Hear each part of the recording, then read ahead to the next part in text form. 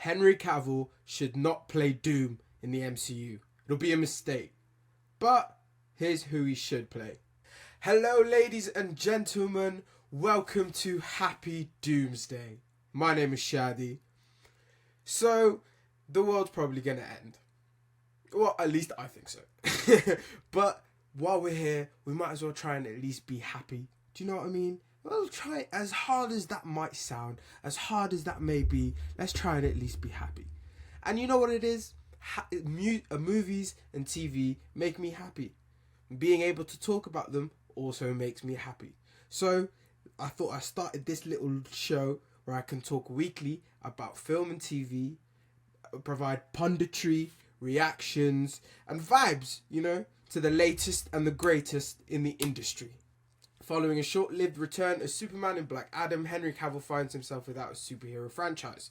Warner Brothers never treated the Man of Steel and Justice League star particularly well, and a leap to the Marvel Studios seems logical at the next point for the British actor. According to a rumour shared by Scooper My Time to Shine H, who, take it with a grain of salt, because this person has been wrong in the past, but back to the article, Cavill has been offered and accepted a mystery role in a future Marvel Studios project. This came after a fan shared belief he'd make the perfect Doctor Doom in Fantastic Four reboot. That supposedly isn't happening. So assure speculations will now run wild as to who Cavill will play. Yes, speculations have started to run wild. This is what we are here for. We are here to speculate. Now, ladies and gentlemen, just because the article stated that he is not playing Doctor Doom, just because they might have heard that he's not playing Doctor Doom, doesn't mean he's not playing Doctor Doom. We've been giving the dupe and switch and all of that stuff for years. We've been getting them for years and years and years. Do you remember when the shortlist for the three women in the Man of Steel sequel came out, and there was rumors that this is going to be the love interest to Batman or whatever it may be, and people were like, these three could be the Wonder Woman. These three could be the three actresses for Wonder Woman. They were like, no, this is not the case. These are just love interests. And to be fair, when you looked at the names, when it was Gal Gadot and I forgot who else was on the list, it just came off like, okay, this is just definitely love interest, because who's going to cast Wonder Woman as the girl who had a serviceable role in Fast X? Well, it turns out she was Wonder Woman. Okay, so but back to Henry Cavill.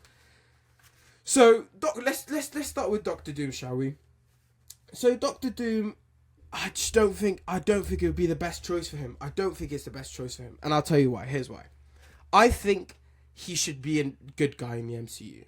I really do. And yes, people might say, he's already sort of been that good guy for Warner Brothers. He was their man. He was the mantle. He was Superman. He was Kal-El.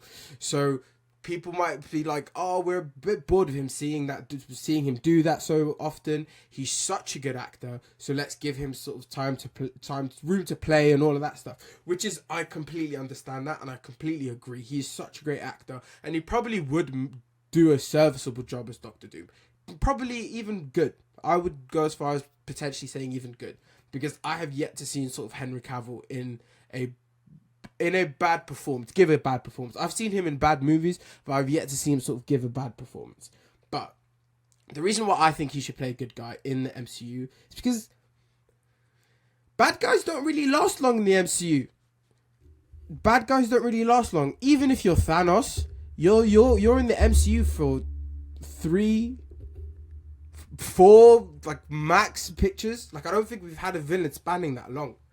And I want Henry Cavill to be in the MCU to stay. If you really want to sort of rub the salt into Warner Brothers and DC, you want Henry Cavill to be leading the next phase of the MCU. And I just think giving him a villain role can be a bit sort of one and done and over and done with. And here's the thing, I know they probably have big plans for Doom when it comes to sort of Secret Wars, and probably with the Fantastic Four, probably even the Black Panther sequels. So there is room for Doom to be a recurring character, but I still don't think they would give him. I still don't think whoever's playing Doom will be playing Doom in 10 years to come. Here's that. So, but I do think there are other characters that Henry Cavill could probably play for at least 10 to 12 years in the MCU. And don't we all want that? More Henry Cavill. So yeah, so I just think for Doom, let's just get a world class talent. One of these world class talents that are talking of that are potentially might be on doing a Marvel movie or doing a superhero movie or a Star Wars movie, but is just afraid of the long term commitment of it all. That's what we need, I think, for Doom. So I think Denzel, who's sort of already been talking about potentially joining either the Marvel or DC universe or the Star Wars universe, I think would be incredible for Doom. He might not be at the right sort of age range because obviously people want him to sort of be at the same sort of like time in your life as Pedro's Doom, and Pedro's in his like mid-40s, so I understand that. But I still think bringing in that world class. Oh, you know who would be great as Doom? Javier Bardem. I know. The rumors are he's going to be Galactus, and at least he's going to be in the MCU. And I mean, Galactus is dope, but I just think he'd be such a great Doctor Doom. Yeah, so Javier Bardem. But back to Henry Cavill though. So okay, he's not. Let's say he doesn't play Doom. For argument's sake, let's say the article was right and I was right that he's not playing Doom. So who could he play? What are the other options? Okay. So for me, the perfect character for Mr. Cavill to play is the one and only Scott Summers, aka Cyclops, motherfudger. Yes, Cyclops. Cyclops is the son of an Air Force pilot and an older brother to Havoc. You know Havoc. We've seen him in movies like First Class. Yeah, so we've already gotten a Cyclops, of course, James Marsden in the Fox universe, and James Marsden had the potential to be an incredible Scott Summers, like had the potential to be the like sort of RDJ to Iron Man, sort of Heath to Joker. He could have had that with Scott because he's so well cast. I think I really do believe that, but he was just relegated to being an obstacle for Logan getting into Jean Grey's knickers, basically. That's basically what he was sort of relegated to. And Cyclops is just so much more than that. Like, he's just so much more than that. Like, from the animated series back in the 90s, which is often come back in 97, the X-Men 97, to the comic books, Cyclops is the leader of the X-Men. He is who Charles Xavier chose to lead the X-Men. He's the ultimate strategy man. He's a stoic leader, and to the core of him, he is a freedom fighter. This guy is nothing but follow the cause and fight for the cause, which is like what you need in a leader, what you need in an X-Men. And oh my God, Henry Cavill would knock that out of the park. He would absolutely knock it out of the park. And by playing Cyclops, he gets the opportunity to not only be a leader, quote unquote, of a franchise, but also be with us for a while. He can play Cyclops for a while. He really can. And then the huge plus of him playing Cyclops. Another huge plus of him playing Cyclops. As much as I love the guy, and don't listen, I love Henry Cavill. I think he's a great actor. He's brilliant in literally everything he's in. But, and I know I've already said that before, but I only say that to preface this next statement. But Henry Cavill is, at the end of the day, not been a box office draw. Like, he hasn't been a box office draw. Things he's doing is just not drawing audiences. That's the problem. And with the backing of an X-Men, with the backing of IPs like Wolverine and Dark Phoenix and Magneto and all of those people surrounding him, that's when he can thrive. That's when he doesn't need to be the main guy to bring people to go and see him. That's not when he needs to be more famous than the IP. Because a lot of the times, right now, we live in a world where we don't have really movie stars. We don't have, like, the action heroes. We have famous IPs, and then there are sort of actors that carry it on and try and play that for that sort of particular time, and it moves on, and it goes on to the next guy. It's the IP, it's the character that's famous. So at this point, like, you can't really give someone that is proven. It's no matter how much you like him, but he's proven not to be a box office draw at this point. Giving him an ensemble cast might just be the way forward. It might just be the way forward because, like I said, the ability to give him do the whole Guardians of the Galaxy thing for this, where you can be like, we're on a roll, we can probably shoot for the stars and probably land on the moon. Marvel aren't in a position to do that right now. So that's why some of the other names that are for characters for him to be playing being thrown about just really isn't really working. Really wouldn't work. Just because we're in a phase where you need to be pushed by that character's name and character IP, and especially with the position Marvel are in right now. Like, come on, like, he'd be so perfect. He'd be so perfect for Cyclops. Just let me read this little excerpt from Cyclops. I was blind to how the world worked. And then I met a man who taught me how to see things, how things really are. And because of that, I loved him. Because I believed in him, and in a way, I worshipped him. I claimed things that he had faith in as my own. So that's Cyclops talking about Charles. And that is also another aspect that could be so fun to explore. That relationship between Charles and Cyclops, the sort of the overseer and the strategic leader. The father-son relationship that sort of maybe Scott wished he had that father figure back in Charles, and sort of Charles also with the loss of his son maybe putting that onto sort of Scott. There's so many things like that is just ripe for like exploring in this new MCU, in this new iteration of the X-Men that we might not have had the chance to sort of explore in the Singerverse. And the Singerverse had its great moments, but we're just primed for evolution, and we're primed for sort of new story takes. And I feel like Henry Cavill as Cyclops is the way to go. Sort of the next character being talked about, being thrown about by the Twitter sphere and the nerdosphere around the world. You know, I keep my ear to the streets. I keep my ear to the streets. But Hyperion, I think I'm saying that right. Hyperion.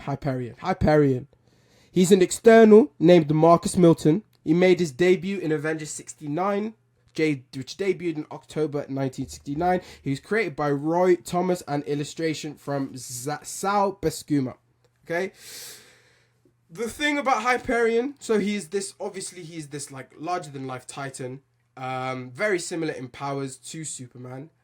What suits Henry Cavill potentially playing him in this current state of Marvel is that his story really does suit the multiverse saga.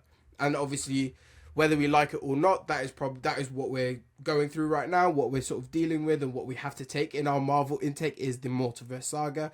I feel like there is a way to make the multiverse more interesting than they're probably doing it.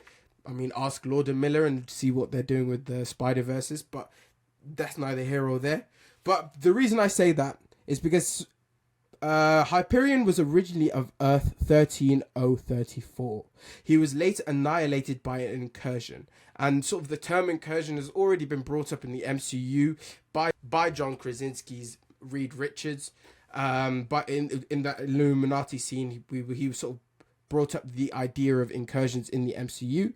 So he later then sort of comes into our Earth after the incursion, and he forms the Squadron Squad, and becomes a mighty hero with the Avengers as well. So a lot of things that sort of Henry has already done. Sort of Superman, see what I mean? It's just another version of Superman. I feel like it's not intriguing. Like, don't get me wrong, he could probably kill it, but it's just not something that is just when you hear it and you get excited and you're like, yes, take my money.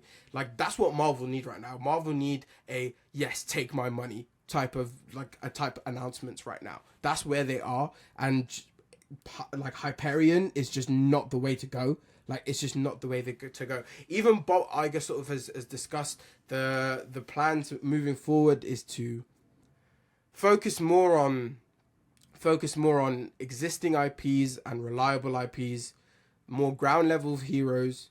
And I think as much as I love the ability to sort of like discover different sectors of the universe we haven't already discovered, as much as I love the ability of like a James Gunn to take a Guardians of the Galaxy and make a huge success out of it, Marvel can't afford to do that right now. They really can't afford to do that. I would even say they can't afford to have cosmic stories right now. I really think they should focus on ground level X-Men, Fantastic Four stuff, and the Daredevil, Kingpin, and Spider-Man stuff. I feel like right now that's your best bet. Those are your best bets.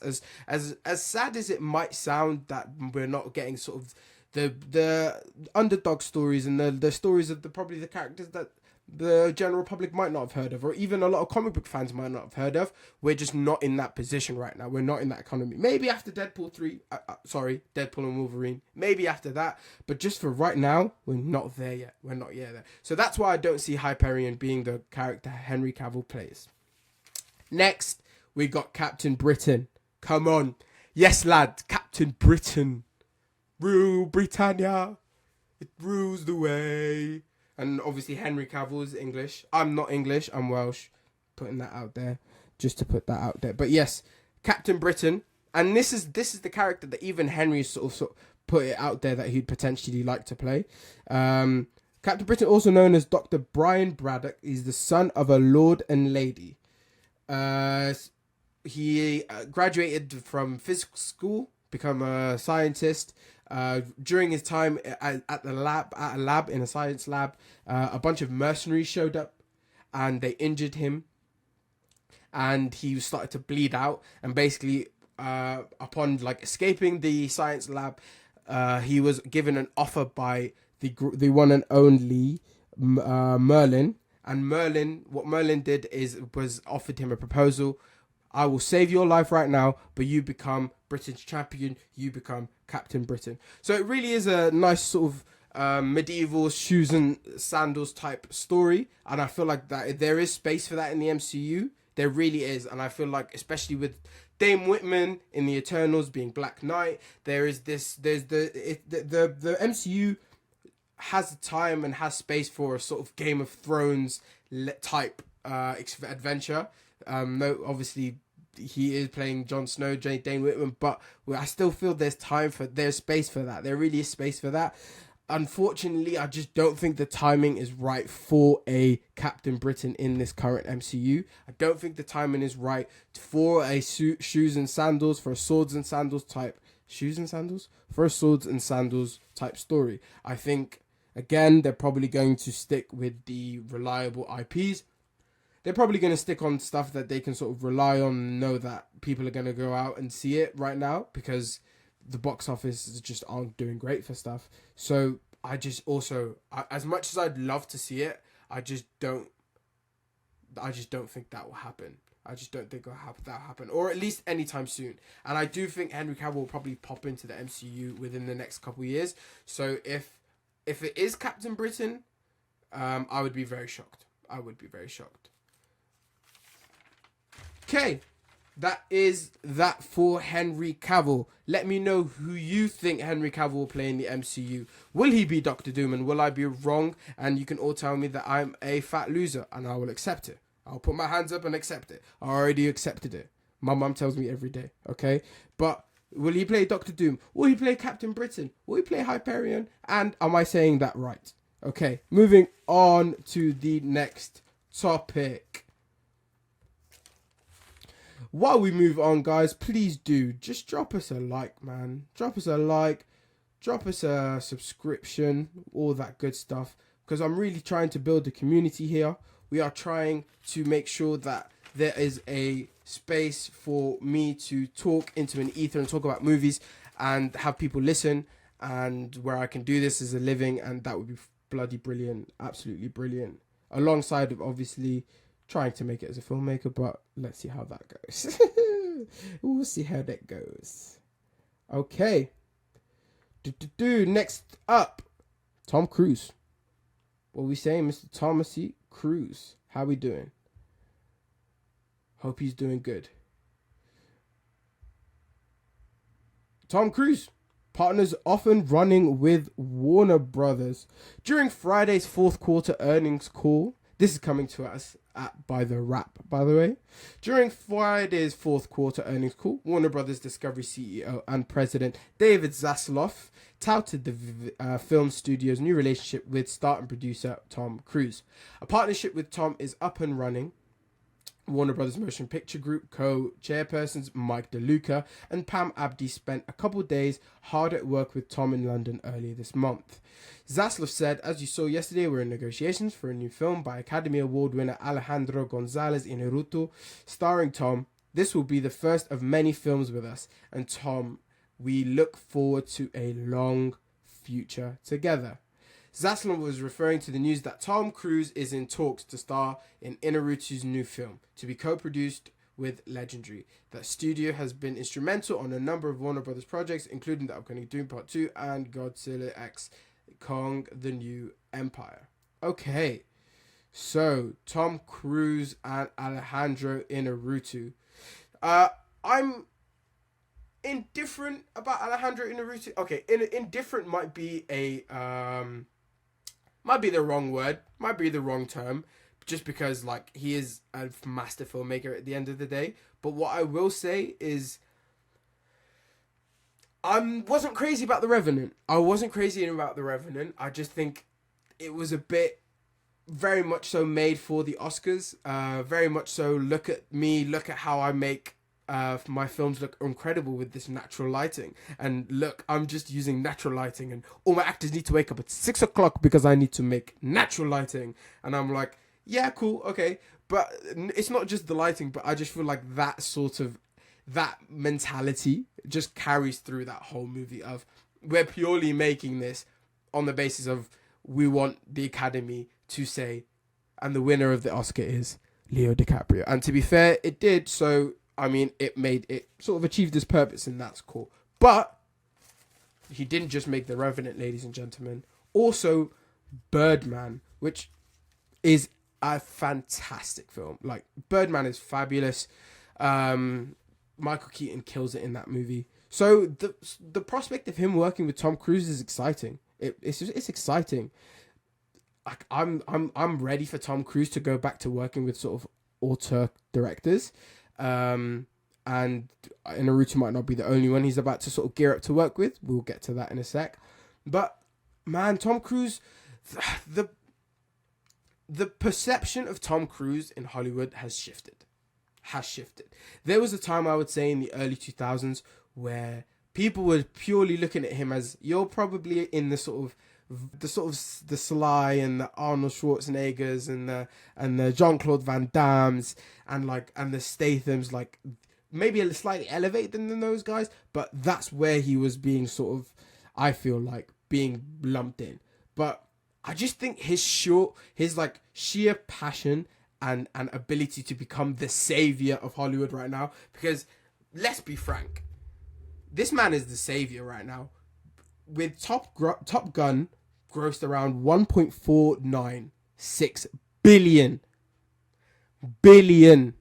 There was no lamp dancing on the title sequence. There was no comic flip saying Marvel Cinematic Universe. It was just Top Gun. Yes, it was on a sequel, but there are so many sequels coming out from the 80s from like that are not hitting. Do you know what I mean? Ask Indiana Jones. We'll get to that later. But the fact that he was able to make that movie, not only make that movie a success, but make a great film. Like, Top Gun, you just come out of Top Gun and you're just like, Top Gun. So, like, the fact that he was able to do that and his level of commitment to just filmmaking in general is, like, nothing short of must be respected. And I'm not the only person who thinks that. World of Real. What are they saying? So Tom Cruise wants to return to working with auteur filmmakers like PTA. After Jeff Snyder, might big up Jeff Snyder from used to be of The Wrap, now doing the Insider, doing his own newsletters. Literally every scoop that comes out right now worth mentioning is from Jeff Snyder. So shout out Jeff Snyder, big up the Patriots. So after Jeff Snyder reporting about Tom Cruise potentially finding a role in Quentin Tarantino's film The Movie Critic, Variety is confirming the scoop. Apparently, one of the projects Warner Brothers and Cruise discussed in early January as part of their non-exclusive strategic partnership was Tarantino's supposed final film. However, The Movie Critic is not set up with a distributor, and all the studios, including and specifically Sony and Warner Brothers, are bidding for it. Okay. Again, if this was 5 years ago, Tarantino is not working with Tom Cruise. 15 years ago, QT ain't working with Tom Cruise. QT ain't working with TC. But now he is. And that's, I think, because just the sheer passion and will that Tom Cruise has of making movies and making them to a set of standard that he's set himself. And let's not forget, Tom Cruise is not shabby when it comes to acting. He's got chops. He does have chops. He's worked with auteur directors before, whether it's Kubrick in Eyes Wide Shut, whether it's his role in Jerry Maguire. He's done more character-driven stuff. So I'm excited. I'm excited for him to get back to that. And of course, that doesn't mean that we're not going to get Mission Impossible. We're not going to get another Top Gun. That just means we're more likely to get that. That means we're even more likely to get a Edge of Tomorrow sequel. Even more likely, which is brilliant because Edge of Tomorrow is a wonderful film. Wonderful. Okay, so we are moving on from Tom Cruise, ladies and gentlemen. We are going on to I Wanna Hold Your Hands, the Beatles. Who likes the Beatles? I like the Beatles. Do you like the Beatles? Because Sam Mendes definitely likes the Beatles, apparently. So, according to Variety, Sam Mendes to direct 4 separate Beatle movies on Paul McCartney, John Lennon, George Harrison, and Ringo Starr. John, Paul, George, and Ringo will each be the subject of a different upcoming feature film.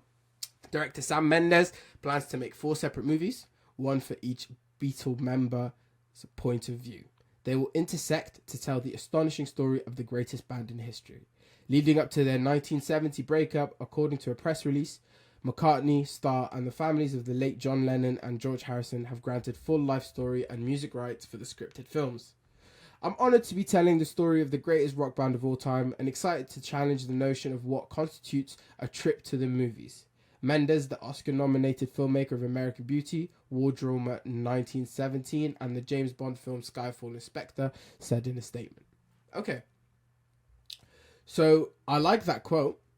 I do like that quote. The reason I like that quote is because of this line here, is we're excited to challenge the notion of what constitutes a trip to the movies. Okay, so he's obviously trying to be innovative with this whole 4 Beatles movie things. He's trying to do 4 of these, okay, James Cameron. But apparently that's what he wants to do. And okay, before we get into that, let's talk Sam Mendes first. Sam Mendes has a great track record. Recently, he's been knocking it out of the park. 1917, the Best Picture noms. His Bond movies are great. Maybe not Spectre, but Skyfall is absolutely sensational. So Sam Mendes, I have no problem with. The Beatles getting a biopic, also have no problem with. They are, I would say, the one musical act that is the most ripe for a biopic right now. Maybe not the one musical act, but the rare few that really need one right now. And you'll understand why I'm not that big of a biopic fan in a sec. But I'm saying, even with that opinion of mine, I still think that sort of Beatles biopic is needed to happen. And we've had iterations of Beatles movie. We've had Yesterday with sort of Danny Boyle's Yesterday, where it was that about the guy who woke up one day and the Beatles were gone from existence and he stole all their music and became successful. We had that. We obviously had the old John Lennon at the end. So it was a good movie. It was good. It was not amazing, but it was good. It was good. And then we had Nowhere Boy, where it's the young life of John Lennon being played by Aaron Taylor Johnson, he was great in it. I don't know, I always just tied Nowhere Boy with the fact that Aaron Taylor Johnson was really young and he met the director who happened to be 20 years older than him, and they ended up getting married, and it's a bit weird, but that's what I tie Nowhere Boy to. But moving on swiftly, like I said, I brought it up slightly, but I'm not really a big music biopic fan, and the reason being is they're never truthful. They're never authentic. Bohemian Rhapsody was fine. It was a fine movie. People enjoyed it. People had fun time with it. Rami Malek won a little statue. All of that nice stuff. Brian May got to be gassed about being told the beat of the Queen story with not all the graphic details. But I want the graphic details, god damn it. Give me The Wolf of Wall Street, but in a rock and roll world in the 80s. That would have been so dope. We didn't get that. We got a movie. It was a movie. And it's not an awful movie. I mean, some of the scenes were edited horribly. But it's not an awful movie. But they're all sort of becoming paint by numbers, whether that's the One Love, whether that's the Elvis, whether that's the David Bowie, whether that's, they're just becoming very, like, they're similar stories. It's rehashes. They're not getting into much detail. They're not giving the authenticity that the artist deserves and that we as an audience member deserves. And here's the thing. I understand an artist or an estate going, no, you can't make this because we don't want that perception or that narrative of the person to be out there. And that's very fair. That is very fair. We're talking sort of Scorsese and Sinatra. Imagine that we were going to get Scorsese directing a Sinatra movie. Like, that would have been, I would have creamed everywhere if we got that movie. But the Sinatra estate were like, listen, we don't want to tell the story you want to tell. And Scorsese was like, well, I want to tell the story I want to tell. And the story I want to tell is probably closer to maybe the grittiness of what really went down, but they didn't want to tell that, and that's their prerogative. It's their family member. So I understand not wanting to go into details on certain things. I get that. People have families, people have privacy, that's within their right. But then don't go and make a crappy watered down version. Do you know what I mean? If you're gonna not do it right, then just don't do it at all. So that is my fear. But the Beatles, he's right. They're right. They are the greatest and the biggest, not maybe greatest is debatable, but the biggest rock and roll band of all time. It's just not even a debate. It's not even a debate. People are still, Drake's still talking about competing with the Beatles in terms of sales. So like, if you're still talking about, bruh, Paul McCartney's out there just like, bruh, I was selling in 72. You're trying to beat my stuff in 66. You're out here in 2019 trying to beat my stuff in 66, bro. So, but that's what they are that influential. So a Beatle, and especially on the heels of Peter Jackson's documentary, that long formed Beatles documentary where it looked so beautiful with that sort of remastered footage and the cleanup that he did on that, where it felt like you were in those recording sessions with the Beatles. It was the lead up to their 1970s Let It Be album drop, and also the roof party they had, and it was the lead up to that, and it was honestly wonderful, absolutely wonderful. It just felt so nice to watch sort of those guys peeled back from the whole rock star facade and just these four artists. It was just about these four artists being super insecure about the starting process of making something, like all creators and artists are, and eventually getting over that hump and getting over it together. And obviously there was the drama of George wanting to leave and all of that stuff sprinkled in there. But as a kid in film school trying to at least make movies for a living, what I drew from that is the fact that like even Paul, George, John and Ringo, when they were making music, felt like their shit was trash. Like in the beginning, they were like, "Oh my god, what am I making right now?" But they were able to build on it, and then eventually come out with beautiful songs. So and that's so reassuring just as a creative seeing that. So it was so nice to see. It was so lovely in terms of like feeling like I was back in the 60s, which I hope Fantastic Four does. But we're not talking about Fantastic Four right now. But actually so lovely to do. So I really, really hope we do get this. My only worry about this is 4. Do we need 4 Beatles movies? Like, does Ringo really need his own movie? Like, no disrespect to Ringo and to all you drummers out there, but does Ringo really need his own movie? I don't think so. Why just lump George and Ringo's movie together? Also, no disrespect to George. You know I love you, G, but come on. Just lump them together. We don't need 4 Beatles movies. Like, I want a Beatles movies, but we don't need 4 of them. We don't need a post-credit scene of John being like, Paul, let's go play. Like, we don't... That was my scouser. We don't need that. But that's what we're getting apparently. So let me know in them comments below, man. Are you guys excited to see a Beatles biopic? You guys think doing it over 4 movies is a good idea? And what other sort of music biopics would you guys be interested in seeing? Obviously, you heard me say that not really into it anymore, but maybe you guys have a good shout, and that might change my opinion. So yeah, drop them in. Okay, next we are going to the world of Marvel again. We are back at it again with Marvel. Okay, but this time it's not Henry Cavill that wants a role in Marvel. It's Ricky Gervais. Ricky Gervais campaign to join Marvel Cinematic Universe endorsed by no one. Okay, that's what Cracked are saying. I don't know about endorsed by no one. I've seen some people on Twitter looking like they were up for it. I'm not crazy about the idea. But yeah, there are people that were up for it. Look at this. Oh, I love this promo art they did for the Fantastic Four. It was such a lovely way to drop it. Like you didn't need a minute crappy footage shot at a soundstage to announce them. You didn't need to show up at WonderCon. You just needed to hire a dope illustrator, hire a dope artist, and make something cool like this. It's beautiful. Oh, even the fact they put Eben Baccaras in the picture up here, just so you don't feel left out. Oh, and he's gonna be so great in that role. He's gonna be so great. But we're back to Ricky Gervais. That's Herbie, the robot created to sell toys.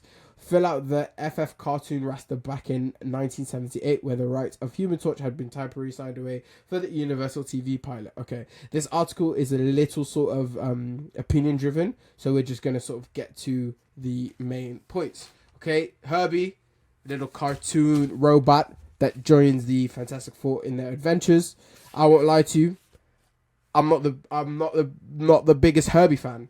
Not that I hate or dislike the character. I've just not really had much exposure to him. I won't lie to you.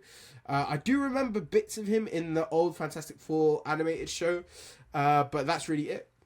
But anyway, so it did not take long for a certain controversial comic to throw his hat in the ring, asking if he would be allowed to exercise his potty mouth in the role, because Marvel Studios is reportedly interested in casting a comedian for the role of Herbie in the Fantastic Four.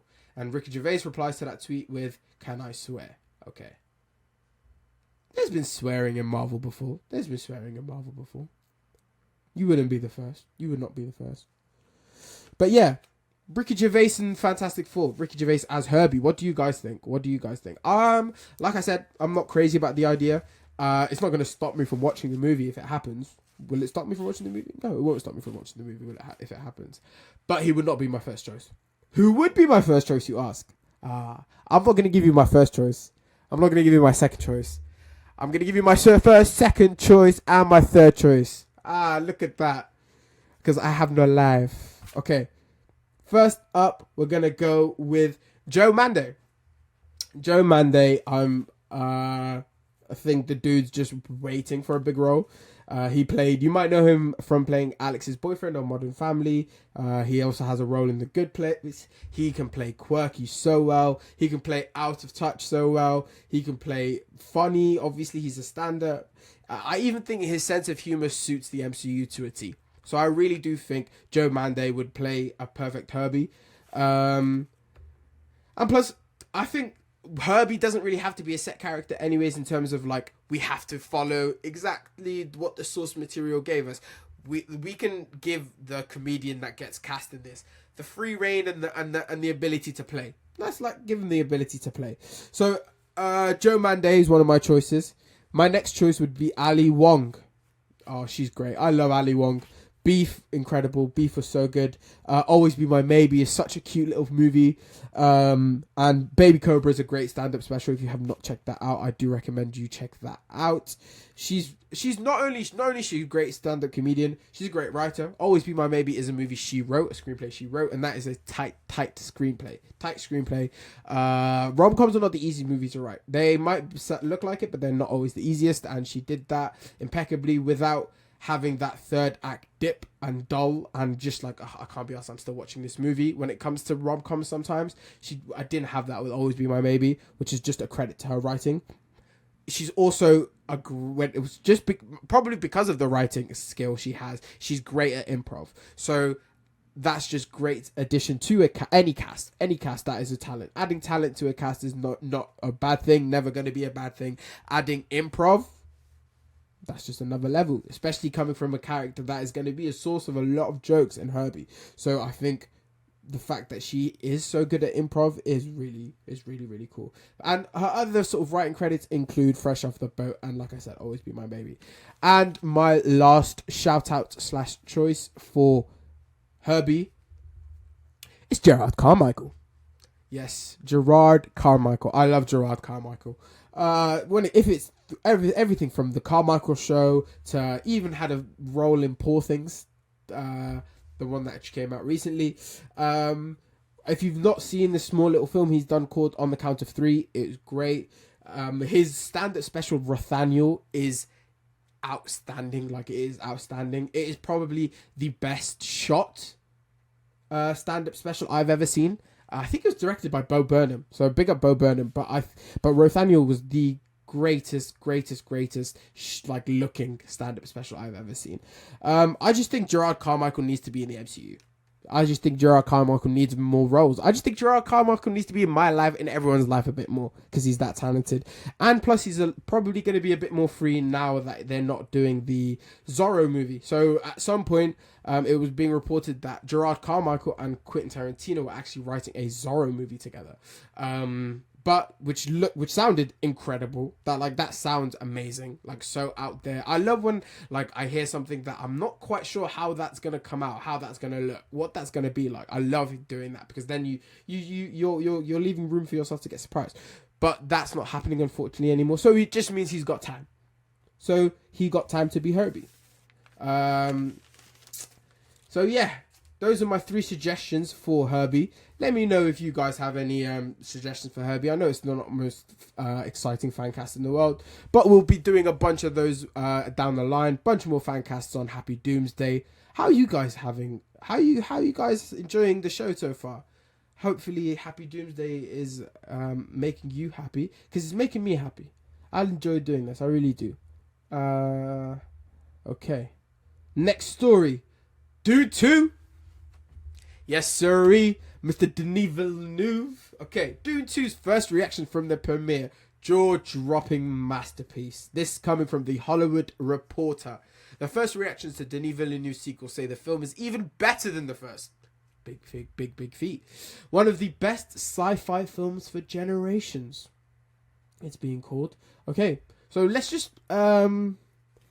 read some of the reactions, the initial reactions for the people that got to the Dune premiere. I don't know if you could tell by my setup, but I did not get asked to go to the Dune premiere, but hopefully one day.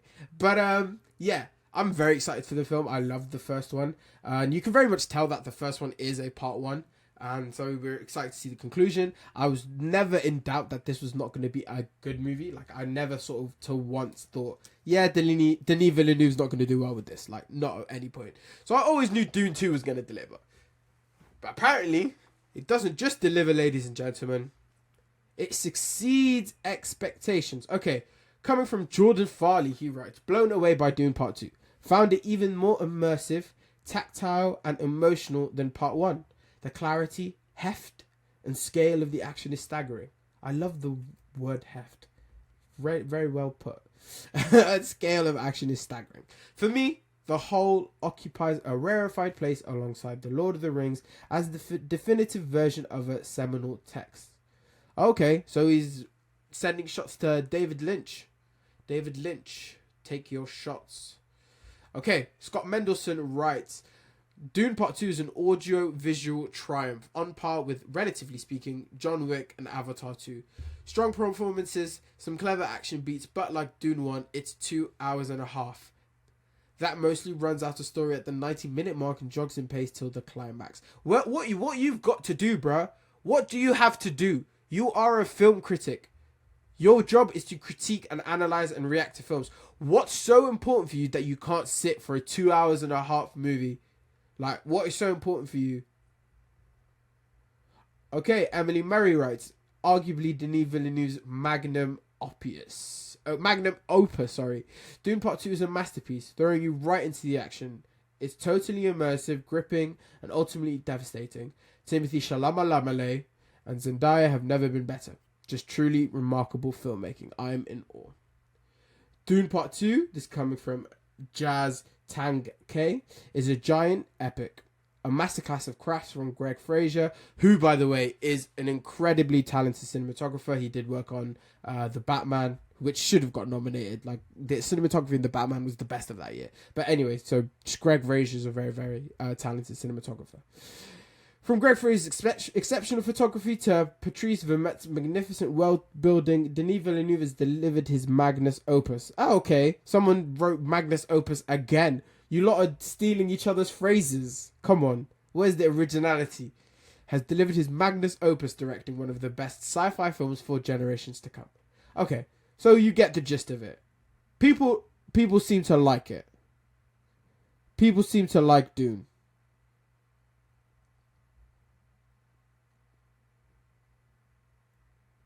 People seem to like Dune, which is great.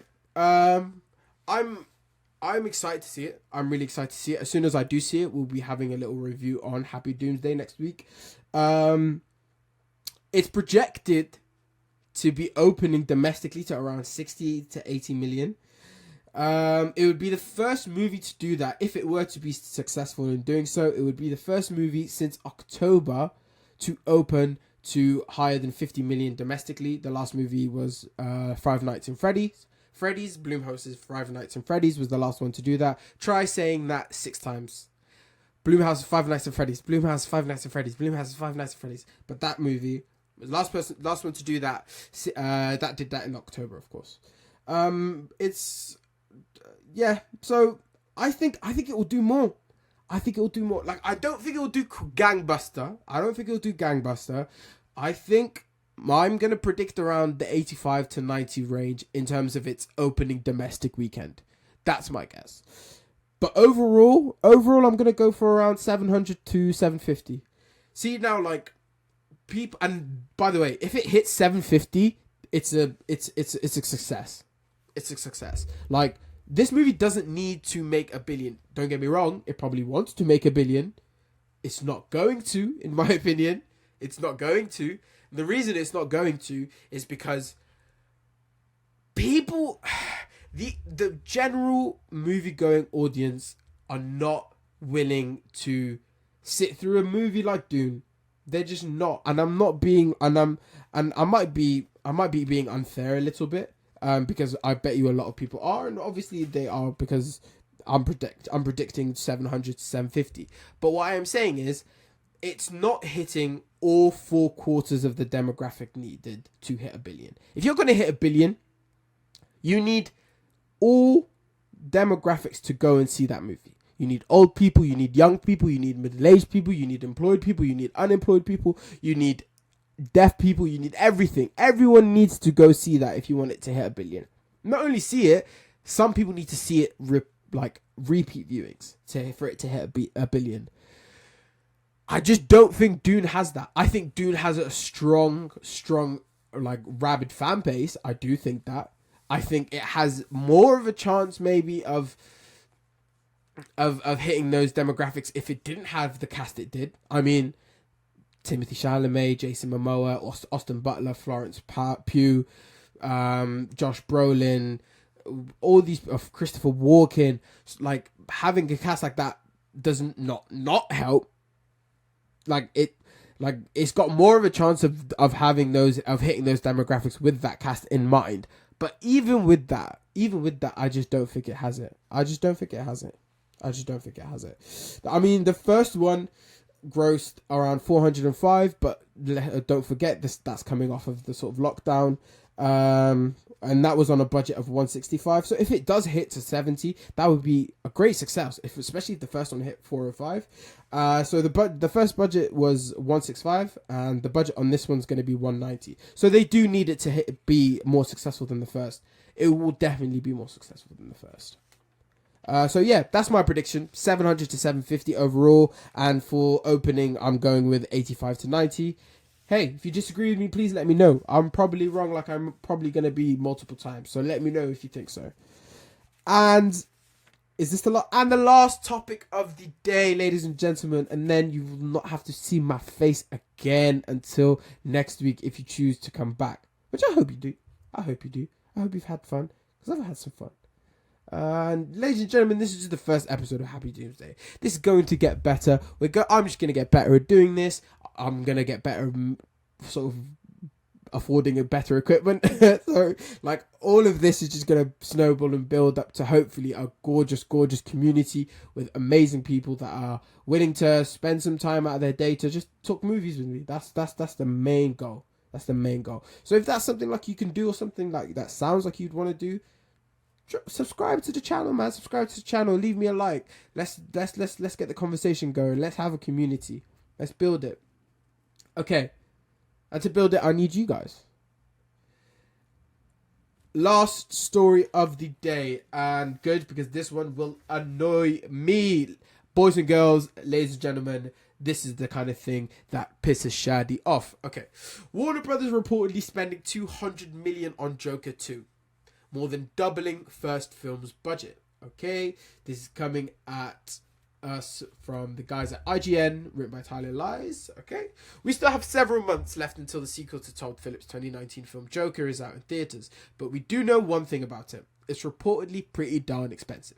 Variety reports that the budget for the upcoming film Joker, Folie à deux, which apparently means madness for two. That's not even in the article. You've probably noticed that. Come on, I know my French. I don't really. It's $200 million. For context, that more than doubles the budget of the first film, which apparently cost around $60 million, as it should. Variety also reports, citing sources, that Joaquin Phoenix is getting $20 million to reprise his role as the titular DC character, while Lady Gaga, who will portray Harley Quinn, is getting paid $12 million for her role.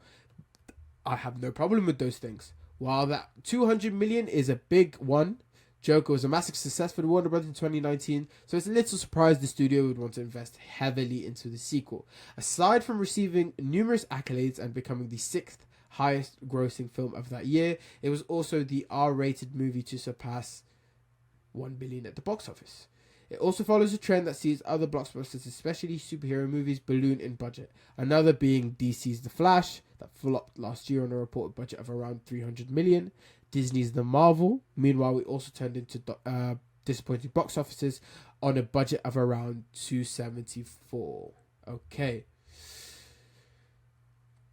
Ladies and gentlemen, this is what annoys me. Stuff like this annoys me, and I'll tell you why stuff like this annoys me. It's because they made a successful movie, a very successful movie. You read the article, you saw it. It says in itself, the first one was made for $60 million.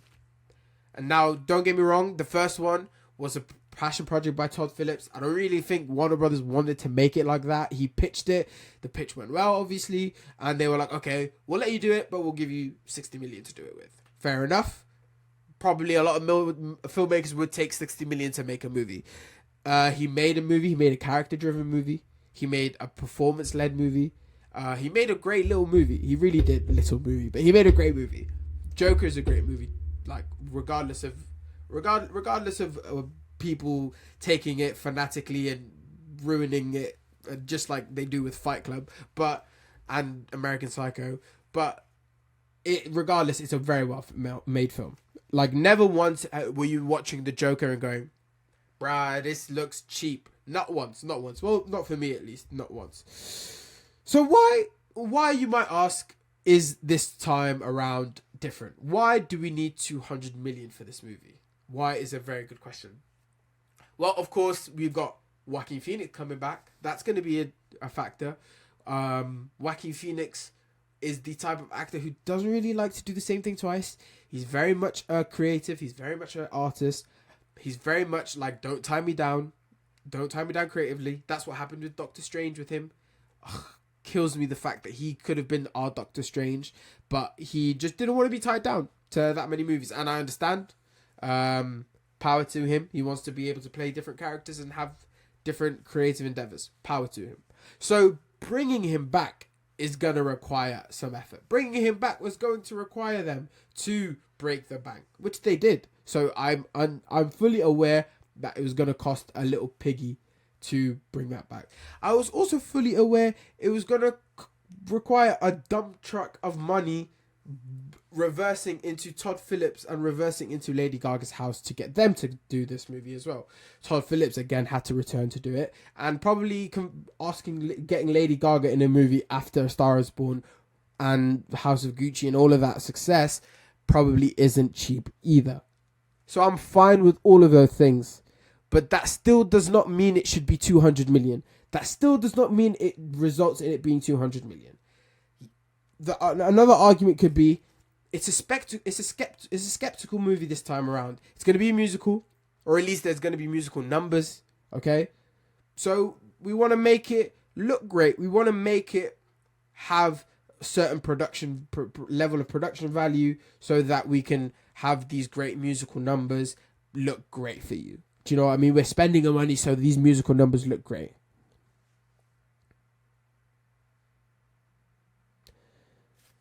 What's the biggest musical probably of the last 10 years? You know what? 5 years. Probably La La Land. Was La La Land in the last 5 years? 5 or 6. God, I feel old. But La La Land.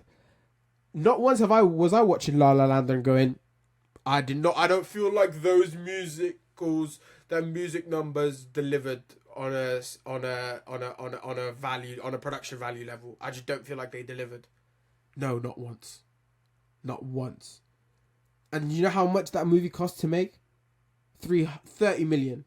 30 million to make La La Land. Now, don't get me wrong, Ryan Gosling and Emma Stone probably didn't take that much money for it because it was, you get to work with Damien Chazelle. And when it comes to those kind of roles, actors usually would probably go for either whether it's the SAG minimum or just taking a lower pay cut. But still, it shows that you don't need 200 million to make this movie. You really don't. And this is just without the marketing budget. So with the marketing, it will probably get upwards of 300, closer to 300 at least. You don't need all of that. And the reason why this angers me, because Jeff Snyder is saying this recently on the Hot Mic with John Roca. And don't get me wrong, I love Jeff Snyder. I'm a big Jeff Snyder fan. I've been a fan since the Schmodown days. But he was saying, why do people care? It's not your money. Why should you care? And he's right. It's not my money. But I'll tell you why I care, Jeff. And this is no disrespect, because like I said, Jeff Snyder is the guy. But ticket prices are going up, or as it is already. Like, cinema prices are going up as it is already. This will only increase that. Like, of course, this will only increase that, because first of all, you're spending this much money on a film, which means you have to spend less money on other films, which means you're distributing less movies, which means there are less opportunities for people to go to see a movie at the cinema, because there's less options, because they're making less movies. So because of that, the business model, any business model, but specifically the business model of a cinema, not a studio, but just the cinema, is people are going to us less because there are less movies coming out, so we need to raise our ticket prices. My lips are purple. But we need to raise our ticket prices because of it. That's the problem. The problem is we are getting rid of a whole tier of film. A whole tier. Just how in society, the economic society of the middle class is disappearing. Well, mid-budget movies are disappearing as well. And this is the reason. It's because we're overinflating crappy ideas that don't require... Well, the ideas might not be crappy, but the idea to attach that amount of money on it is crappy. Who said Indiana Jones and the Dial of Destiny, or whatever the hell that new Indiana Jones movie was called, needs to have a budget of 295 million? Why?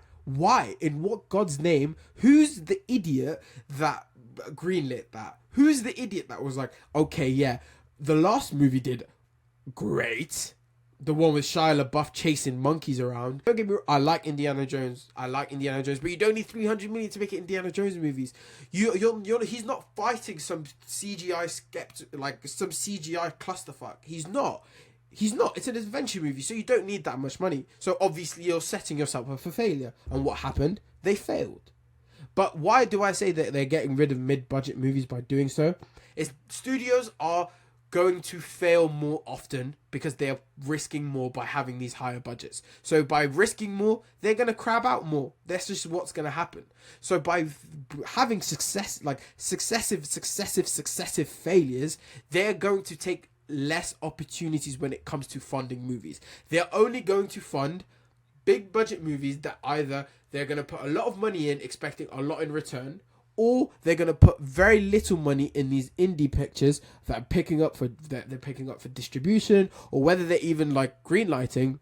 But that's it. It's either going to be such a little amount of money that we don't even mind losing because we might get some like award chatter because of it, or it's we're going to put so much money into it expecting so much money to come back. There's the whole middle space of movies, the whole great 90s revolution of Miramax, but all of those great like mid-budget films that we grew up loving, whether it's the films of Kevin Smith, whether it's the movies of Seth Rogen, whether it's the movies of the Damons and the Afflecks of the world, we're going to lose those.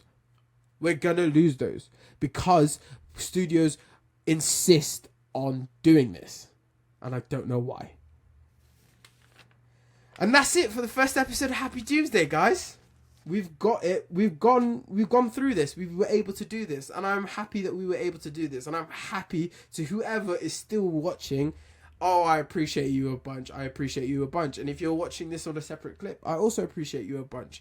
I am just a nerdy guy who likes to talk about movies. And one of my dreams is to be able to talk about movies as a living. To have a community of people to talk about movies with, to have a community of people to talk about TV and pop culture with, and hopefully this can become that. So I really hope you join me on this journey to potentially building this fun, happy Doomsday community, and that you'll please do me the pleasure and the honor of joining it. Okay, that's it. Thank you so much. Salam, mofos.